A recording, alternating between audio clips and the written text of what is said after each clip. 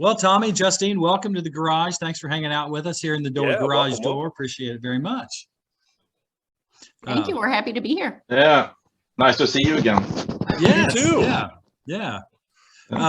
Tommy is in the band Stupidity, and Justine, would I say you're the owner-operator or Owner-operator is good, yeah. Okay, owner-operator of Red on Red Records.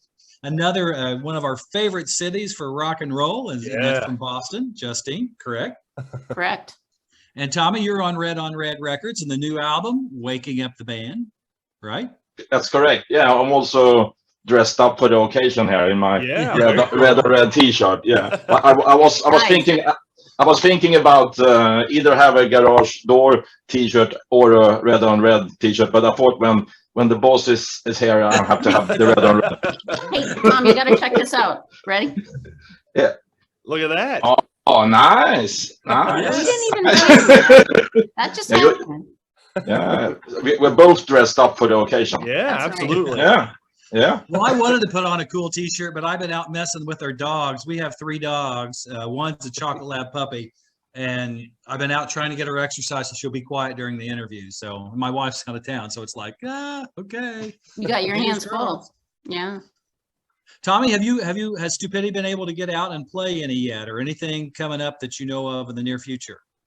Yeah, we now this week, in fact, this Wednesday, the restrictions are taken away in Sweden. So it's going to be much easier for shows. And that message got out last week. And when that message came out from the government, everyone was like, "Oh, booking shows!" So suddenly it was. It's hard to book something, but I have some ideas. We have shows coming up in May and in June with our friends Soraya. Oh yeah, it's on Little Steven's record company. We could go record with them. Yeah, we played with them last year in Sweden. That's we did 5 shows or something with 6 shows. Okay. And really nice people. I never met them before, but really nice people, and we get along very well, both bands. So we decided to do something this summer too. So they're coming over here, and later on in October, November, we're going over there. Oh wow!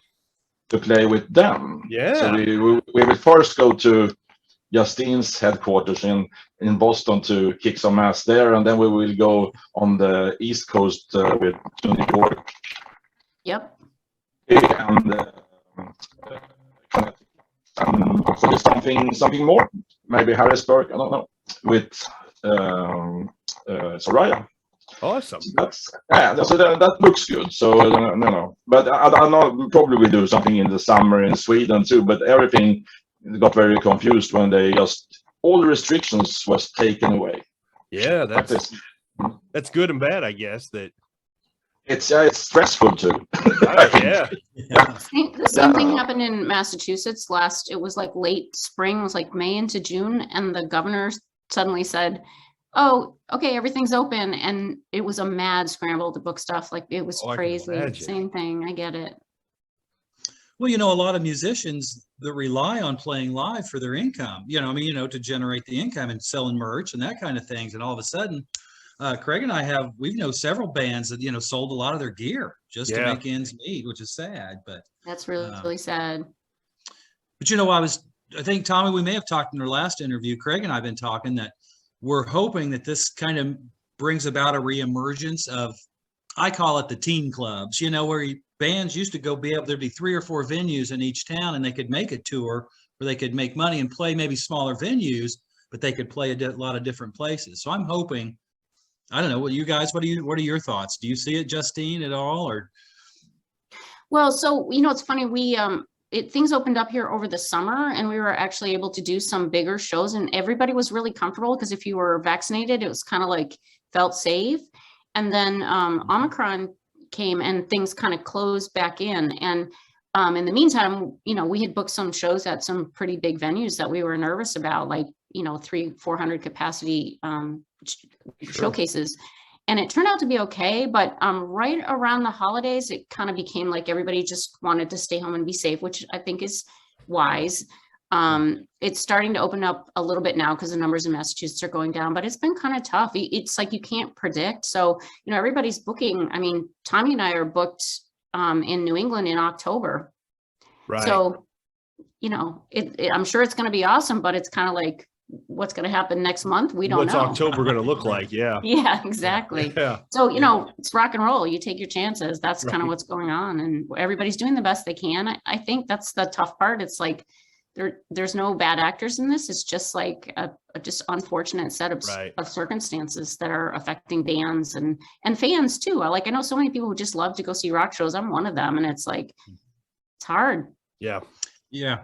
You got to weigh the risk, is Have, this, Yeah. Most of the venues that the bands that you would have are they still open? Any of them closed or? So some of the venues are reopening. So for example, Toad, which is a famous club in Cambridge, just reopened. Atwood's just reopened. These are very small, intimate clubs that are great for seeing not like a loud rock band, but like something one level down from that. A lot of the clubs have been open for a while. The rock clubs like the Jungle, Midway, etc. So these clubs they've been open, and it's kind of like, so I play the Plow and Stars in Cambridge all the time. It's tiny. It's like the size of this kitchen. And I have a residency there that I do with a couple friends, Jay Allen and Tom Baker. It's called the Mess Around. We've been through the whole thing. We've been through like 2 people there, closed. You can play, but you have to play outside, proof of vax. Right. Like we just been there the whole time.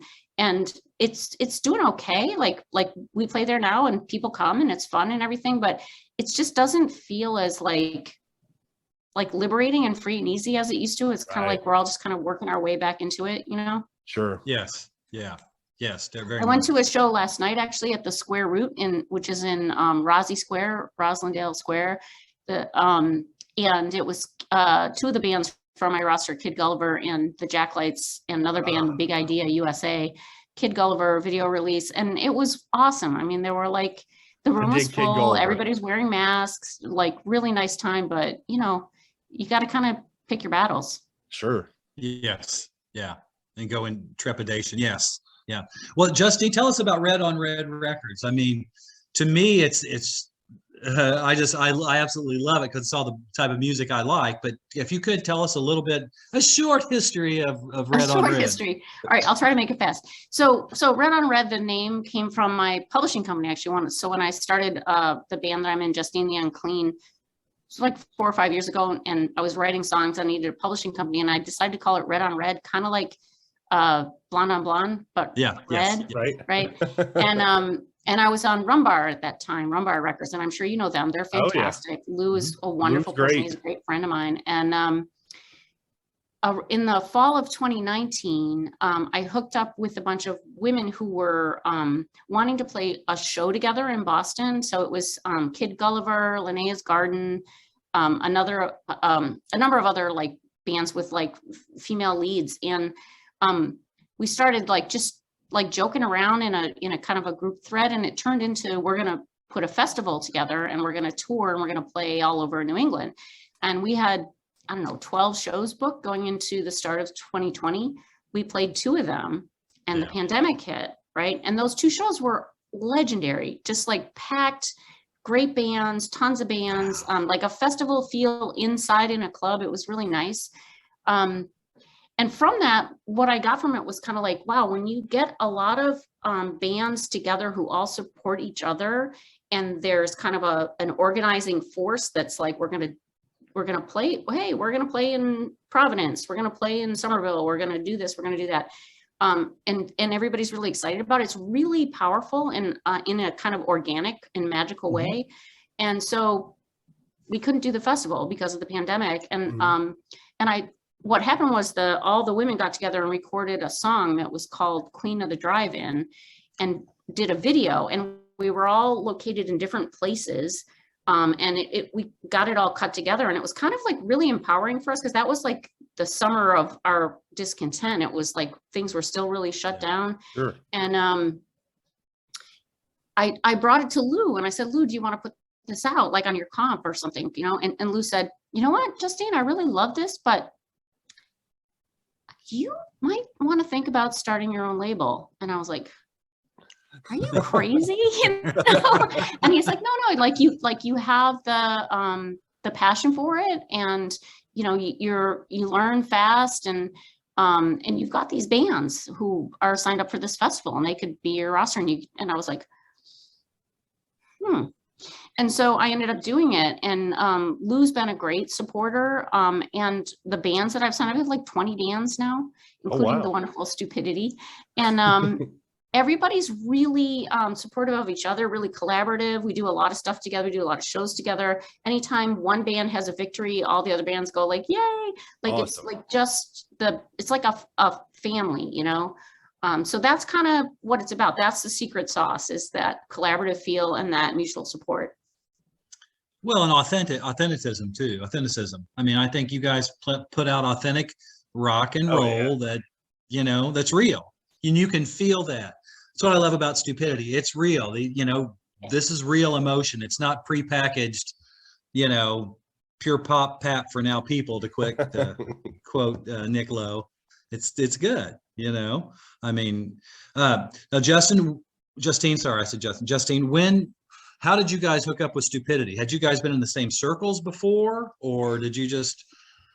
So Tommy and I were friends on Facebook, because Tommy's very socially engaged, which is great. And so we were kind of following some of the same bands and same radio shows, and, you know, like struck up a friendship there. And then we did we were doing like virtual shows at that point. So it was like, we weren't doing showcases with it live because it was the pandemic, but I was putting together like a bunch of videos and into a showcase. And I asked Tommy if Stupidity would want to contribute a song for, it was a Kid Gulliver record release virtual show. And they contributed Stupid Like Me, which I just love. That's a great song. Yes. It's an anthem for our time. And we became friends through that. And Tommy can probably tell you the rest of the story, right, Tommy? Yes, yeah. It started out with that, and then we were talking about, you know, release something, and what we're going to release. Yeah, we saw an album. That's because we were recording at that time, so we had lots of material. We still have lots of material left too. If I'm going to be, but we're going to record more stuff too in April too. But then we kept on going, and then we said, let's make an album. And Justine had some ideas about the cover and which songs we should choose, and how we should have the first single and so on. And then from that, we just kept going, and it's been very action packed. I mean, Justine, she's a very hard boss. She demands, you know, one video, another video. But we kept up pretty good with it. So we even did a Christmas song. That's right. Yeah. Reindeer Twist. Yes, the Reindeer Twist. Yeah, with the video, and then we have to thank Ulrika in Stupidity, who have been doing such a great job. She's been making, you know, directing and cutting all these videos, because I mean, she's not a video expert or something, but she's been like studying it and trying to do it. So so she's been very supportive when it comes to these videos. Otherwise, we have to probably pay a lot of money to do them. Ulrika's wonderful. I love her videos. The Waking Up the Band video, it just kills me. Like the pan. Well, you know, I was going to say, sorry to interrupt. I was going to say, no, it's just funny. That Waking Up the Band, there's little bits of it that reminds me of Help. You know, the Beatles, the Beatles all kind of live together in Help, and there's Stupidity all kind of together, you know. So really funny. I thought that was greght. Well, we love the DIYer mentality, though, the do-it-yourself mentality. That's the way things should be. I think we thought of what I was thinking of when we were making it. We were laughing so much because when guitar player Janne, he was waking us up and he was banging this pan. It was so loud. It was loud. So it was really funny making it too. And we had another friend who was filming, and he was laughing too. So sometimes it was hard to make it, but really funny. But I think we thought a bit like Madness too. You know, when they make the videos, when they run around in the house, it's simple, but it's very funny. So it's not. I mean, it's both funny, and then we changed in from black and white into color. and that's really great ideas that she had when she was, making the script Sure. for It's it. great. So that's It's like the Wizard of Oz, except red on Yeah. red style. That's exactly, there you go. I love it. yeah, Love that's it. it's good for the future. Look, the future looking bright, except Yeah. for this pandemic. So we can't think about it anymore. Yeah, Yep, I know. exactly. I We're know. getting Need to past move it. We're gonna forward. get past all of it. Yeah. Now, Tommy, when you recorded the new album, did you just have to digitally fly your files in, or were you able to get together and actually play together? Yeah, we play together in like a normal recording. In fact, we had some protection, mouth Right. protection, but we didn't hug each other and kiss each other all the time like we used to do. No, but it went pretty good. It went good. I think no one had any fears for it, and also I think most of us have been taking the first shot at that time. Sure. We were the recording. So it was. We have a studio in Stockholm where we're gonna record the next time too in April, which is really great. It's called Dust Ward, and it's a friend called Stefan Brännström who has that studio. It's very small, very cool studio with lots of vintage instruments and stuff. Cool. So that's looking forward to that, and we have some new songs coming up. So we'll see what comes out of it. But I mean, I'm very satisfied with this album. I love it. I mean, I think it came out really great, and it worked pretty good during the pandemic. I think we're going to manage to do this 13 songs for the album and a couple of more songs which you can use for something in the future, maybe. Sure. Hopefully. Awesome. So that's nice. Yeah, that's nice. Let's see, you guys are getting some pretty good airplay in different places. Yeah, we had a very nice airplay. We became the coolest song in the world I know. in April. That's awesome. So and we also had a comment from Little Steven, and he said something like that you're very nice guys, but like me, I'm not a nice guy, but he likes us, but he's he's very funny, but he knows about Justine too. I think it's very important that he knows about people that are struggling with smaller labels and productions like she do. So hopefully they can get to meet maybe this year. I don't know. We'll see. Yeah, Little Steven's Underground Garage has been really great for the label. Bill Kelly plays our stuff. Rodney Bingenheimer plays our stuff. Yep. Palmyra plays it sometimes. It's been really wonderful, and just having one of the coolest songs is just so exciting. Yeah, that's great. And, and Little Steven said I wouldn't play it if I didn't like it. He's not playing it to be nice. I think he loves Stupidity. Right. Yeah.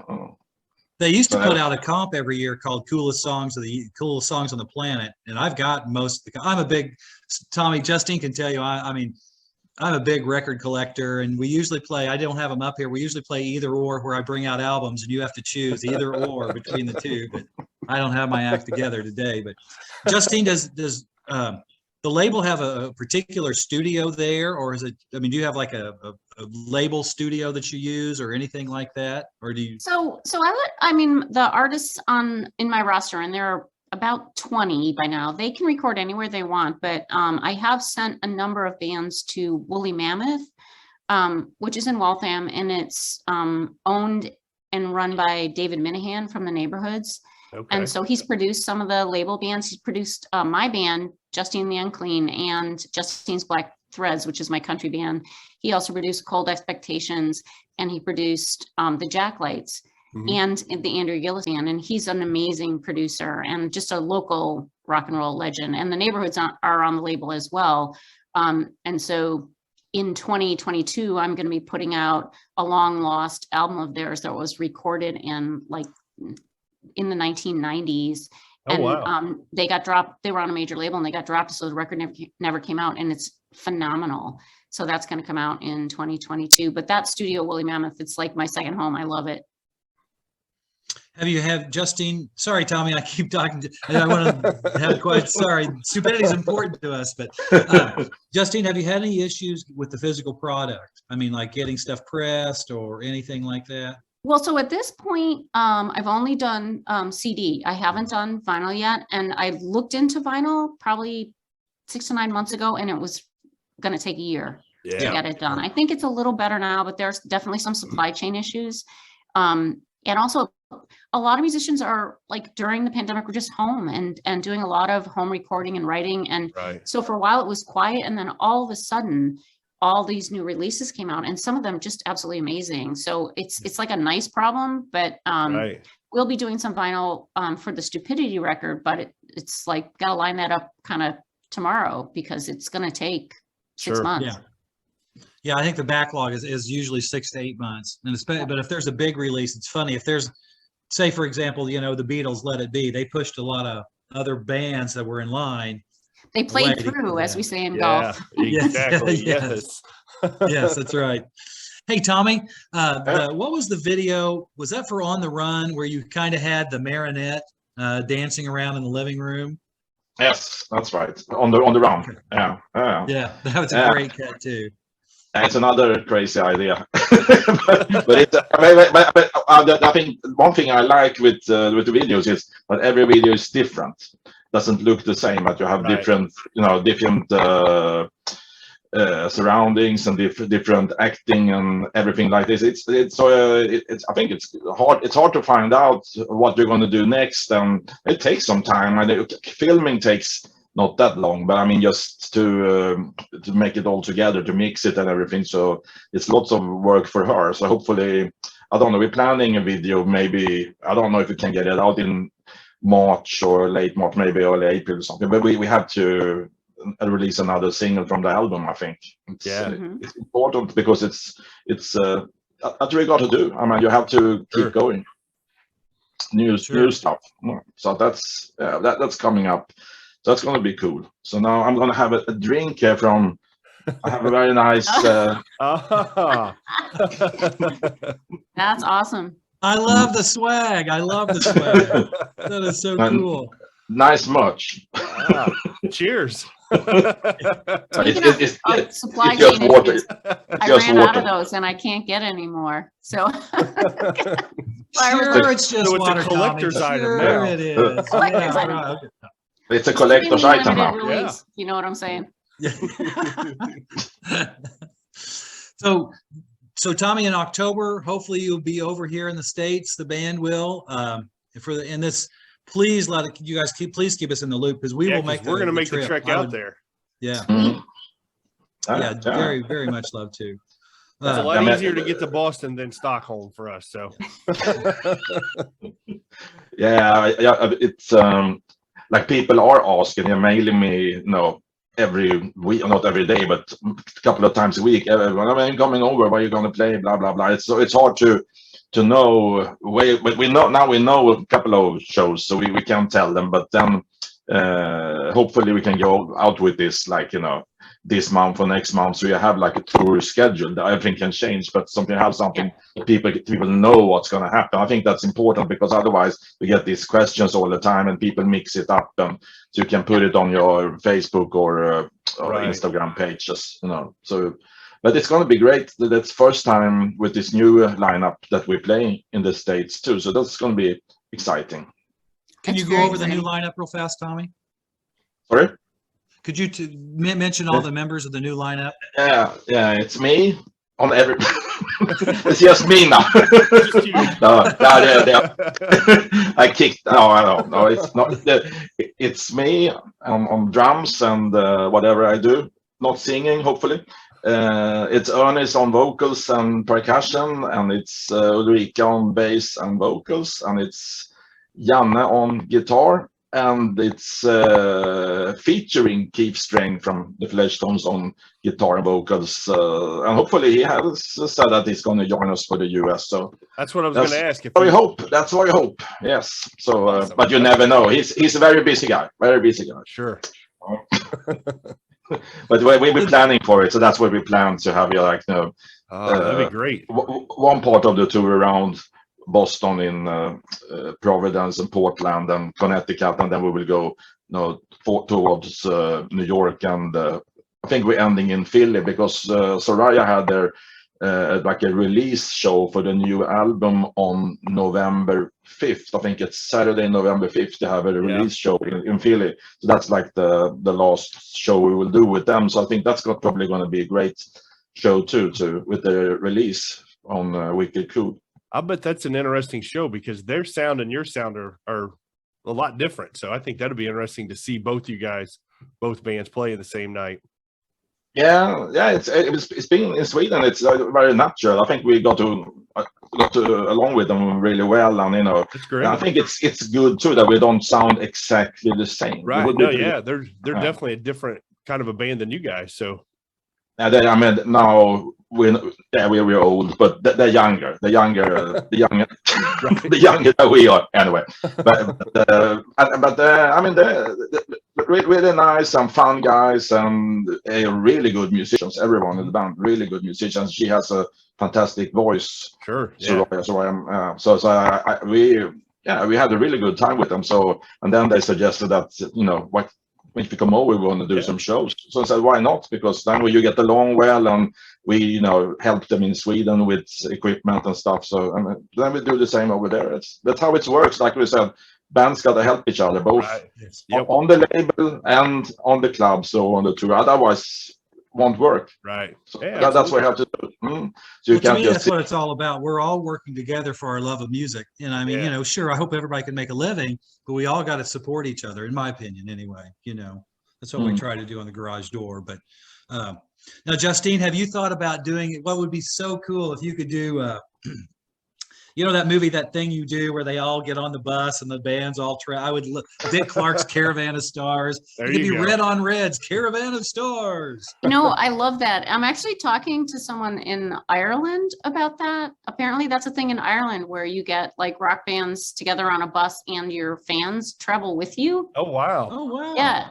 Yeah. And she's running a business doing that. And she said it's amazing. So we're looking at that potentially for like about a year from now. Sign us up for that. We'll come along. Oh yeah, okay, cool. Troy and Greg are drunk again. Dang it! Dang it! The showcases that we do, it's usually 3 or 4 to 12 Red on Red bands, and then sometimes we have guest bands. But that we like to play together. We have a good time. That's great. Yeah, I would love that. That would be so great. I mean, that would just be fantastic. I really support Red on Red. So Tommy, so the next step, you guys are going to go back in the studio in March. Is that what to rephrase what you said, kind of in March-ish? April. I think it's April. First weekend in April, and we know because during this time too, we have always some new ideas. But now, when it's been a couple of months now, we haven't had any shows. So I don't think we will have any show until we're going to record. So it's a good opportunity to do some new stuff, and the weather here is really shitty as well. I said it's bad over there too, I guess. So it feels good too. It's a good time to work on material, I think, and then we get out in the spring instead of do some shows. So I think we probably could record, I don't know, 7-8 songs, I should guess. Yeah. I think so. So every one of us has ideas, and we come up with them, and then we mix it together. So I have a drum beat, and Ulrika have a bass line, and maybe Keith has some chords or a half a song, or Janne has maybe a whole song, and we change, and so we all work on the songs together in the rehearsal room. It works really good. So I think that's it's also a nice process that everyone is involved in the song. So it's not like someone who just this is play this and right. So it's really cool that we work really good, have lots of fun together. So it's really good, really good to work with everyone in the band. It's really fun. So having a great time, and I think it's going to be great music if you're having a great time. I agree with that. Yeah, and we have a great label too. Yeah. Stop. She's nervous because we're planning a triple live album. Oh. No, I don't. I'm just joking. Sadly, next time we talk, Justine, your hair's gray. I know. Live at Budokan and 2 other cities. It's coming soon. There you go. That leads to the next question I was going to ask about the writing process. But it sounds like you guys, it just comes all different ways, and some people it's more collaborative, the writing process for Stupidity. Yeah, I think it's we learned when we started off from the other band, and just me and Ernest started off the new Stupidity. I think we learned that everyone has to work together. We can't just have us two making songs or the other ones someone else making songs. We have to mix the ideas, because we have had ideas before too that we had just put aside because maybe they won't fit in this band or so on. So we had ideas, and everyone had ideas. And Ulrika, she never played in the band before, so this is her first band, and just after a couple of months she comes up with great songs. I mean, it's fantastic. And Janne, he's been playing in different bands for quite a long time, and he plays in a ska band called the Scandalites. And so he's used to playing more like a bit like old ska, or also like Madness or Specials, that kind of style. So he used to making songs for that band too, so he's into that songwriting. So but he has lots of different tastes, so it's an interesting mix, I think. But it's still Stupidity, but it's I think it involving into some other things sometime, like Magical Girl. That was an idea that we had. It was a drum beat from the beginning, and Ulrika came up with a bass line, and then we added the psychedelic guitars, and just suddenly this song just came up. It was like almost like a fantasy. It just happened. Awesome. Yeah. Organic that way. Yeah, so everyone was putting something into it, and then suddenly it make this psychedelic. It wasn't really meant to be a psychedelic thing before. I was just thinking of some drum beat. I think I listened to, it was some Beatles song or something. I was listening to the drum beat. I think it's like to make something of this, and then she came up with a totally different bass line. I didn't think of that bass line, but then it worked together anyway. So it's fun. It's fun when that happens. It's really that everyone is doing their part, and suddenly everything melts together. It becomes a great song. So that has to be very exciting for that to all, when it comes together for you. Like it clicks inside. Yeah. It makes you really almost like warm inside when you feel this. That it works. We work really good together, and then something happens. Everyone starts laughing, and then that's how it should be. I mean, it's not like in the army or something. It should be fun. I mean, if it's no fun, I won't play. I mean, that's what I said. If I'm going to continue playing. Now when we're older, I mean, it has to be fun. Otherwise, it's no use. Use to play. No. Yep. Perfectly put. I think that sums it up really. And there's a reason they call it playing. It should be fun. If the fun, and I think the audience knows. I mean, true music fans know if it's I hate this guy. I've got to put this, but we got to get together.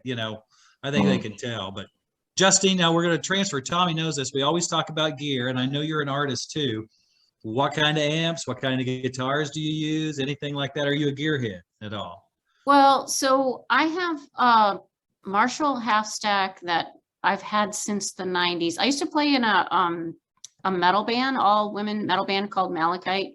It's funny, I was out last night and I was talking to people about this. So it was like we had 6 Marshall cabs. Wow. Oh, wow. Right. So it's the other guitarist and we'd have like the full stack, and then we'd have the cross like half stack so we could hear each other.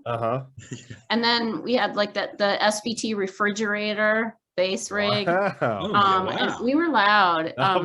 So I still have 2 pieces of that, which is the original the Marshall head and a half stack, which I love. And then I play mostly Gibsons, but so I have like an SG, I have a Les Paul custom, and I have a Telecaster custom, which I just love. It's like kind of like Keith Richards style. It's got the humbucker in it. And when I first started playing again in 2017, that was my go-to guitar. But since then, I've put some Gibsons in the mix. Oh, very cool. Well, Justin, you're surrounded by 3 drummers here. So Craig and I and Tommy. I don't know what to tell you about drum gear.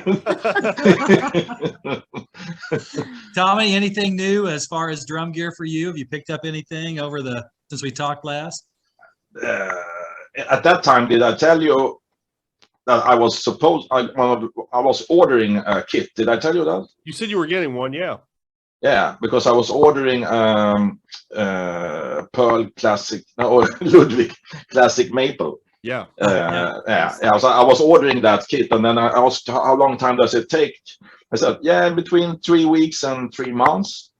Okay. Okay, that's that's it's a quite big difference. I didn't want That's to. Ludwig. That's Ludwig. Yeah, that's Ludwig. Yeah. So, but I got it. So now I got Ludwig Classic Maple Red Sparkle, 22, 13, 16. And it's the vintage style looking, but it's newly made. I think all the hardware and stuff. It's much better than on the old ones. I don't have I never had an old one, but I can imagine that legs and screws and all that stuff is better. So it's sounding really good. So I'm really satisfied with this kit. So that's what I bought, and I had the Pearl MLX before, which I sold off.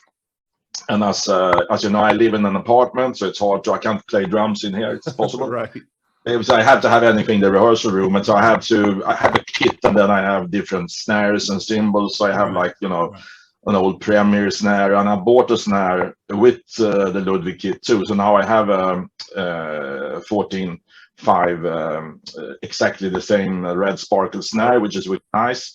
And I had the old Ludwig snare from 70s too, which I had. And I have and the Camco snare. So I have snares. It doesn't take that much space, but I can't have three bass drums. It's a small rehearsal room, so I don't know. Sure. And the other ones, I'm surrounded by Supro amplifiers. Supro amplifiers. Super loud. Yeah, Supros. Yeah. Keith, Janne bought one, and Keith said, I like that amp, I want one too. And Janne bought another one. So suddenly it was 3. And then Keith bought a Supro guitar. Wow. Yeah, those Supro amps are tiny, but they're really loud, really punchy. Yeah, Janne said the first one, I think. So how many, I don't know anything. How many watts? It's like 15 watts. What? 15 watts? But then he turned it on, like, oh, it's really loud. So they like you say, they're small, but they're really good sounding and powerful. And when it's really easy to carry to, because they're heavy, but they're not super heavy. So yeah, I think it's nice amplifiers. And then Janne has Fender guitars. He has a, what's it called, Jaguar, I think. Okay. And that guitar Elvis Costello has. What's that model? I don't. Maybe I'm not sure about that. And I'm not sure. And Ernest has a microphone. He sings in a microphone. So that Ludwig set, will you tour with it, or is Sorry? it a studio set? The Ludwig set, is that going to be a touring set, or is that just for the studio? No, that's going to be everywhere. Going to be touring. There is a set in. He has vintage stuff. He has some. I think he has a pretty nice set in the studio. But I want to bring my Ludwig set now and see how it sounds in the studio too. So it's going to be classic exciting. Maples. Yeah, classic maple. Oh, go ahead. Sorry.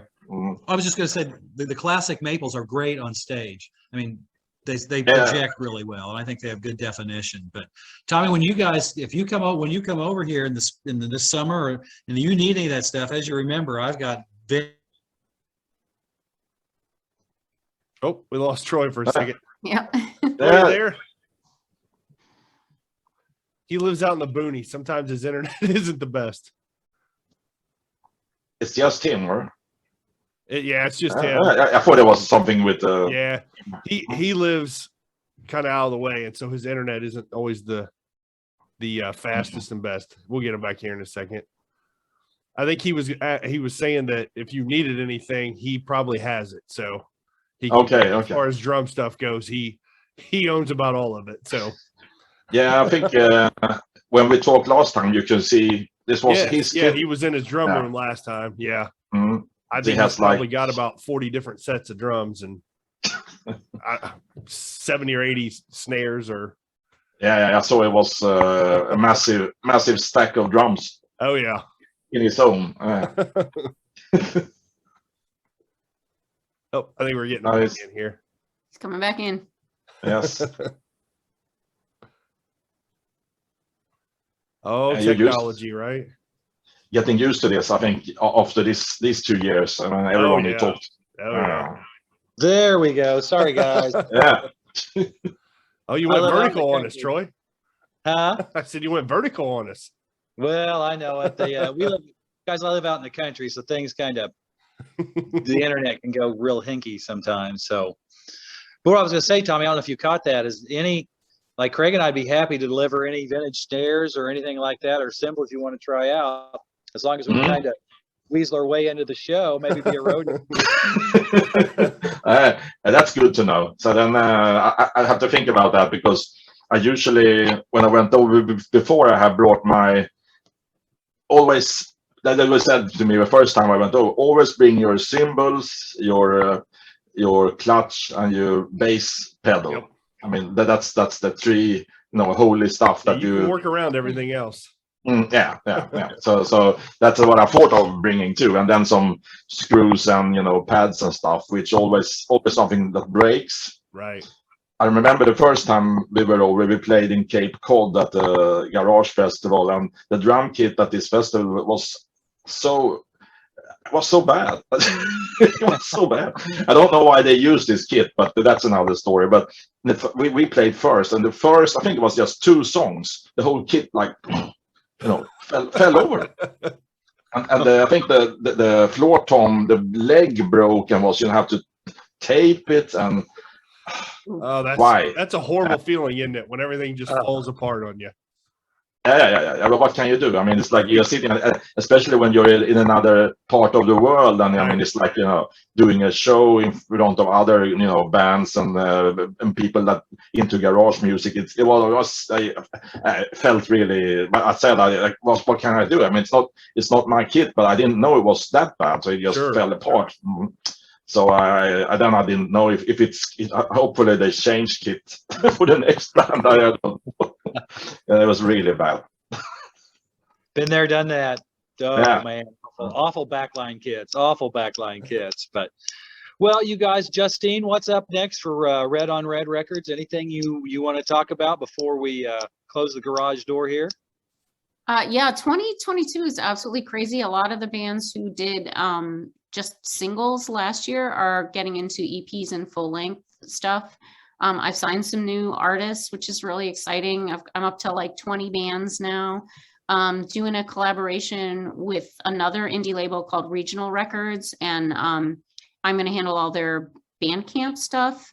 Regional Records is run by Marvin Etzioni, who used to play in Lone Justice many years ago, and well regarded songwriter and producer, and he's got his own label, and we've been working on a lot of stuff together. Let's see what else. I'm going to start in 2022 a series of what I'm calling video spotlights. So during the pandemic, I did a ton of virtual showcases, which are a little bit longer, like 30, 40 minutes. And people loved it because they were trapped at home. But now that people have kind of the choice to go out, looking at a shorter format of that to highlight really good new music and videos. So there's a ton going on. It's really exciting. Awesome. Yeah, anything we can do to support, please let's stay in touch. We want to support you as much as we can. And then I don't know if you're on maybe when we close the door, we can give you all our information so we could get on kind of the mailing list and promo stuff. And Tommy, immediate future for Stupidity? The future is like now with rehearsing the new songs for the recording. That's I think the main thing now. I'm doing the recording and then shows in May and June, and probably some shows in August too. And then let's see what's going to happen September. I don't know, but probably we get ready for the States. And then if it's going to be some new release or whatever, you never know. But maybe that happens. I think we should release something new to something we come over. So we have something to follow up when we come over there. Whatever, single or EP or double album, live album. We will take whatever you put out. Yeah. But that's I think that's going to happen. So we're looking forward to less pandemic, less Omicron, and more music. That's the main line we're on now. Right. Less bad stuff and more good stuff. So, Good stuff. but That's right. yeah, but you never know. I mean, like I said, at work they say I think you're pessimistic. I said I'm not pessimistic. I'm realistic, Yes. because that's after 2 years. And you said, "Oh, now it's gonna happen." No. Yeah. Yeah. Yes. Yeah. Yes. So I think being pessimistic, I'm not, because I'm realistic, and something else could happen, sadly, again. But I mean, I don't know. Everyone keeps our fingers crossed that it won't, or Right. maybe we have to live with this. But I mean, it could be that you can live normally and go to clubs and whatever. There are going to be some restrictions, I guess, for quite a long time, with maybe mouth protection or vaccination pass, things like that. Right. What can you do? I mean, it's Right. going to be. That's real. It's just that's what hard. we're I mean, dealing with now, so. You get your hopes up so many times, and then bad things happen again and bring it right back down. It's hard to keep doing that up and down roller coaster of it all. Yeah. But that's what we thought, that when this happens, it's better to keep on going. Either Yes. you write new songs, or you record new songs and rehearse new songs, so you don't just I heard some bands that just didn't play for 6 months, just like didn't do anything. Right. Yeah. I think it's a good opportunity to write songs, or rehearse, or record songs, Oh, yeah. whatever. I mean, so That's what But Troy yeah, always yeah. says. The musical renaissance is going to start again. I believe it. I'm an optimistic person, so we gotta believe that. I do have one more question for all three of you. Craig, I think I know the answer. Have you guys watched Get Back on the Beatles thing, on the 8 hours worth? Oh yeah. no. No. Oh, Oh, Tommy, you got to watch it. Tommy. It's worth watching. yeah, I know. But I think when I'm gonna watch this, I have to watch it on my own, because people, you can watch it in parts, but if you're gonna watch it like this, then I think many people can stand, and many people don't think this is the best part of the Beatles career either. So I don't know, but is it how long is it? 8 episodes, or it's 3 episodes, but it's 8 hours total, I think. Yeah, I think each episode's like a little over 2 hours. Yeah. I watched it in the 3 different episodes, 3 different nights, over about a week.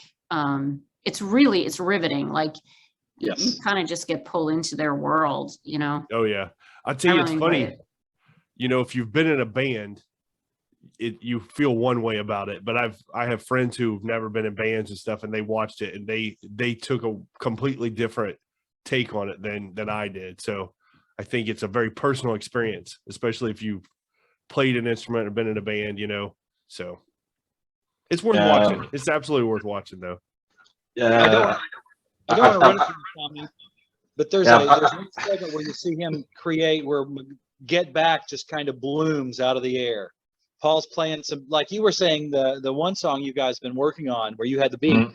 Paul's just kind of playing around on the bass. And am I right there, Craig, Justine? Isn't that kind of what happens? I mean, it just kind of blooms. It kind of gets written, and while they're all sitting there. So Yeah, it's cool to see their creative process as a band. It's there's a part of it that's kind of taxing. It's like they fool around a lot, like they're all like making jokes and doing skits, and it's kind of like that, like there's this shtick all the time, and all of a sudden a song starts and you're like, okay, you have to take an hour to figure that out, but obviously worth it. The stuff's amazing, but it's really cool to see their process. I thought so too.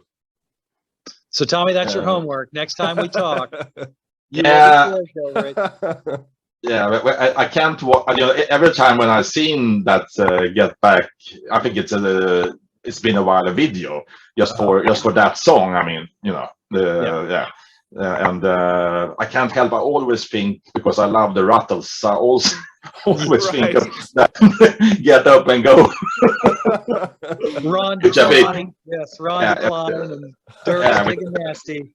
They're And good. Yeah. Barry, of course. I love because the Rottweiler too. That's awesome. Oh, yeah, yeah. I think that's amazing. Just in the start of it, when he get up and go, and he kicks the guy down from the roof, and they just start playing. Yeah. So that's I'm now.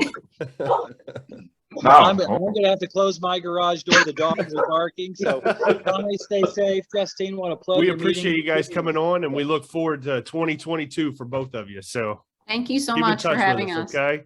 Yeah, nice to All see right. you again, and Thank you. hopefully we see you live this year. Yeah, absolutely, Yes. you will. I have no Thank doubt you. about it.